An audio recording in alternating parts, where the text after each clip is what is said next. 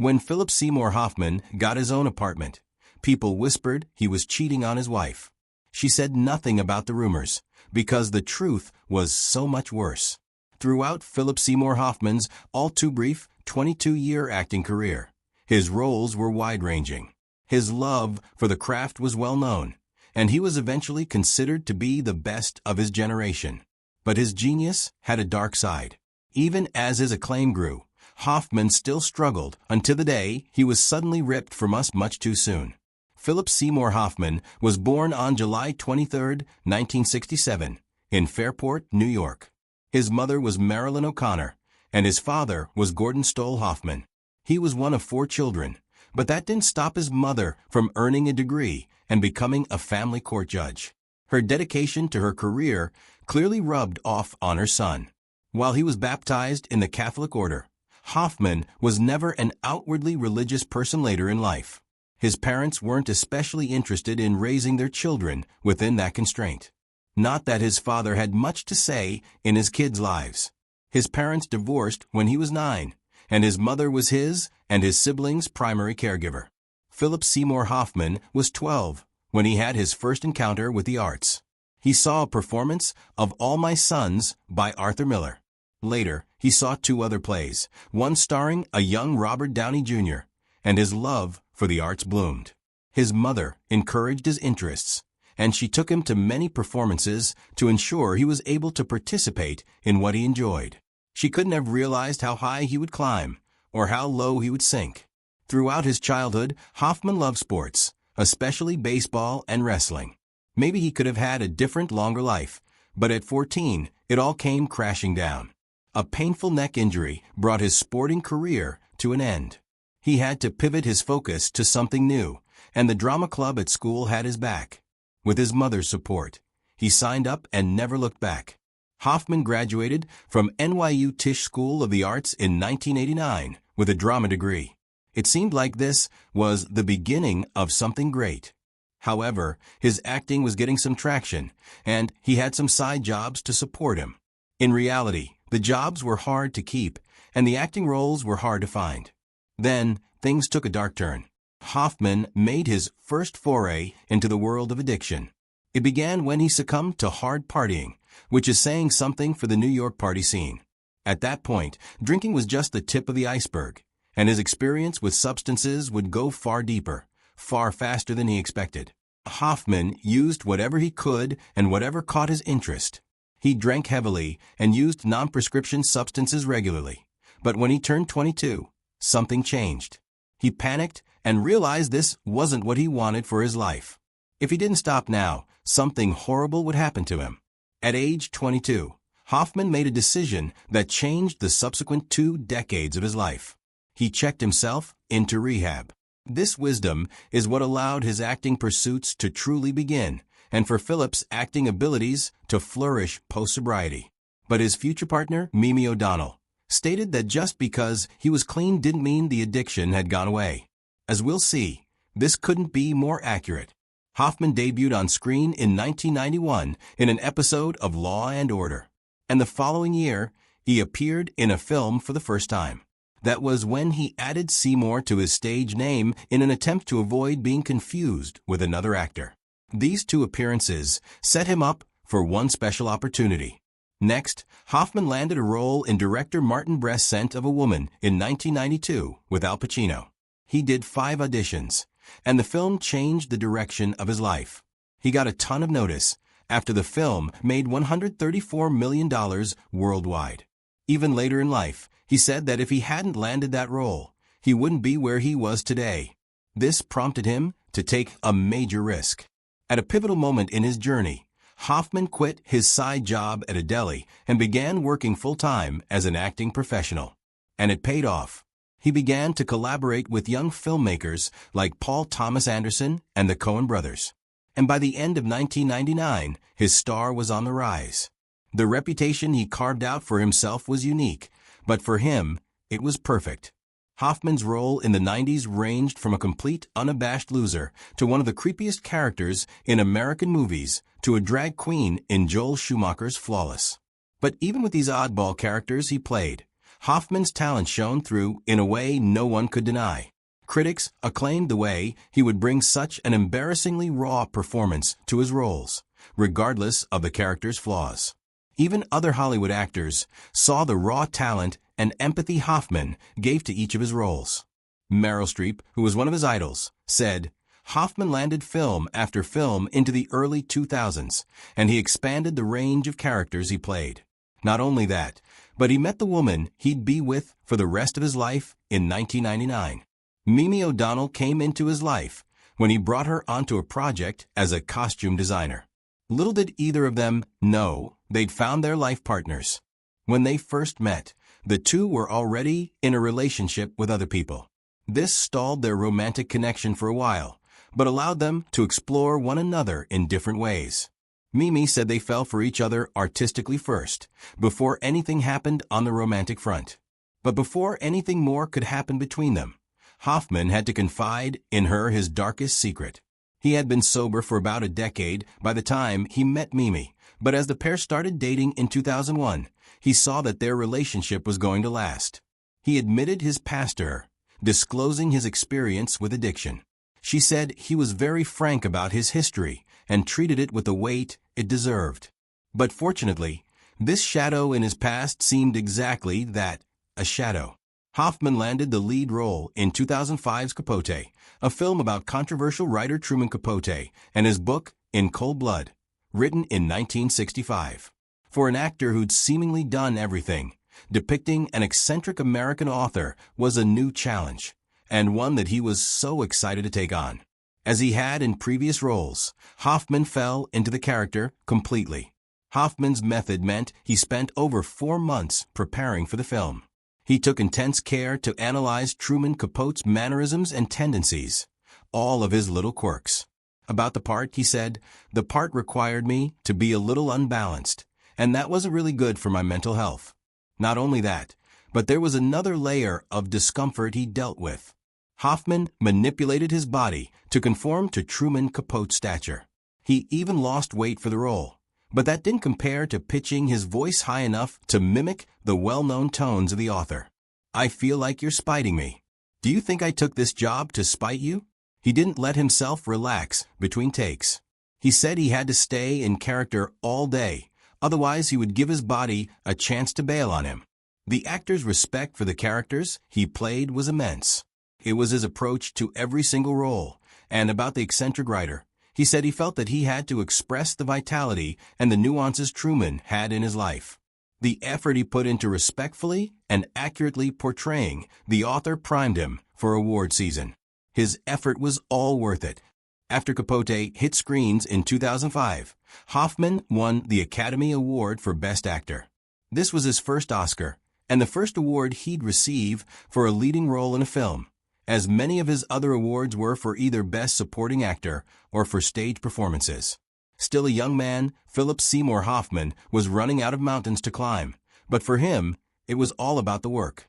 In 2006, interviewers asked him why he played characters who had such undeniably negative qualities. He said, "I didn't go out looking for negative characters. I went out looking for people who have a struggle and a fight to tackle. That's what interests me." But sometimes this meant he wound up with very unflattering roles, and this perception bled out into real life.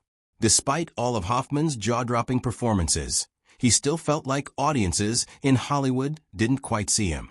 Many interviews and articles described him using negative descriptors, reducing his off-screen presence to his physical attributes. He said Philip Seymour Hoffman was becoming a true household name, and he decided to make his official jaunt into directing. In 2012, he released his first and only directorial effort, Jack Goes Boating. However, this time, the critics turned on him. One called it, but luckily, on the acting front, Hoffman was soaring higher than ever. He balanced artistic pursuits, like starring in Paul Thomas Anderson's The Master with Joaquin Phoenix, with more commercial choices, like appearing in the Hunger Games franchise. The blockbuster series brought his name to younger audiences, and he had a fantastic filmography for them to look back on. It seemed like he was only becoming more famous. But tragedy waited in the wings during some of his most successful years. After his eventual passing, Mimi O'Donnell revealed the stressors that Hoffman was dealing with at the time, including aging, friends' marriages deteriorating around him, and his therapist losing a battle with cancer. To add to that, he and his AA friends ran into problems, and he was facing a love-hate relationship with acting. It was becoming too much to bear. On acting, Hoffman said he held himself to high standards. In 2012, he said he also disclosed that the desire to act is easy, but trying to be great, well, that's absolutely torturous. His constant shifting between love and loathing acting was familiar to those in his life, including a surprising well-known author, John Le Carre, and Hoffman worked together on the film adaptation of A Most Wanted Man. They spent enough time together for John to get a good read on Hoffman and his work ethic. John said, external forces were starting to pile up for Hoffman. Mimi revealed that Hoffman asked for her thoughts on him drinking again. What she later stated was a red flag, and how he subsequently would have a drink or two per week. For a while, it didn't seem like it was affecting him. He seemed in control of his temptations. That is, until something worse sucked him back down. In 2012, the shadows of his past addictions had fully reared their heads again. For a whole year, Hoffman became dependent on prescription substances, in addition to drinking. This brought back every bit of his addiction in full force. Everything he thought he'd left behind 23 years ago came flooding back. Hoffman became unpredictable and turbulent. He even started falling asleep during interviews while promoting The Master at the Venice Film Festival. Then, in early 2013, he turned to an even more harmful substance. After a week of using the hard substance, Hoffman admitted himself for a 10-day stint at a detoxification facility in an effort to stop the returning habit in its tracks. Unfortunately, his first effort to regain control wasn't successful. Once he left the facility, he and Mimi agreed he'd move to a separate apartment near their family home. This was so that he didn't put their children in danger, nor subject them to hearing the details of his habits. But this meant he was often alone. Mimi recalled that she was extremely concerned, and she was right to be. Rumors began to spread about their separate living situation. Some thought Hoffman and Mimi's relationship was on the rocks, and some claimed they separated in 2013. But Mimi stated after the fact that she and Philip were dedicated to their romantic partnership. Even in the throes of his substance use, Mimi stood by his side and supported him as best as she could. Mimi recalls telling him that his relapse into the abuse of substances would be the end of him. She said, the relationship may not have been unstable, but Hoffman was certainly going through a turbulent time. Her worries only increased when Hoffman took another downward turn. Hoffman traded prescription substances for non-prescription ones, the same ones he grappled with the first time he was deep into his addictions. He tried valiantly to get his desires under control, even going so far as to go back to rehab. He only used the dangerous non-prescription substances for about a week before realizing he needed the intensive help of rehab again. His close friend, Shalom Auslander, revealed that Hoffman's time in the facility was worse than expected. Shalom alleges that a fellow patient in the rehabilitation facility had nefarious intentions. Up until this point, Hoffman had kept his time recovering a secret from prying eyes. This patient destroyed his privacy when they supposedly took several videos of the actor in secret during group therapy. Shalom then stated that they sold the tapes to a news website. Allegedly, the news website used the tapes to blackmail Hoffman into giving an exclusive interview. If he didn't agree, they would release the sensitive material detailing his difficulties with addiction to the public. Philip didn't want his actions to affect his 3 children, so he went along with the interview. Those last few months were beginning to take their toll. Hoffman left rehab sometime in late 2013, and it seemed like he was getting better. He left the facility after completing a detox of all the substances in his system, leaving him with nearly a blank slate to return to sobriety. He even thanked a great group of friends and family for their support during this trying time. It was an improvement, but there was still a long way to go before he could put this behind him. When Shalom saw Hoffman on the set of their upcoming 2013 TV series, Happy-ish, the actor was irritable and erratic. Shalom attributes this to the ongoing detox, which often comes with nausea, pain, and other uncomfortable symptoms. But he also expressed frustration in himself for not having recognized the signs of drug abuse all along. Unbeknownst to everyone, this would be the last time Hoffman appeared before the cameras. In a few days after filming the pilot for Happy-ish, Shalom said Hoffman seemed to be back to his old self. They even planned their next moves should the series get picked up and scheduled meetings to discuss scripts. But as they went their separate ways, Shalom had a strange impulse to tell Hoffman, "Don't go die on me." Hoffman laughed at the statement. Little did they know, Shalom's words rang with foreshadowing. Around the same time, Hoffman's partner Mimi noticed he was isolating himself. While he worked on The Hunger Games, Mockingjay Part 2, he had let go of substances for the moment. But that didn't mean he was out of the water. Mimi grew concerned for his well-being and asked others to check in on him. She suspected there was more to his behavior than he was letting on. Mimi's efforts were futile. He started using again. But this time, his battle with addiction came to a swift end.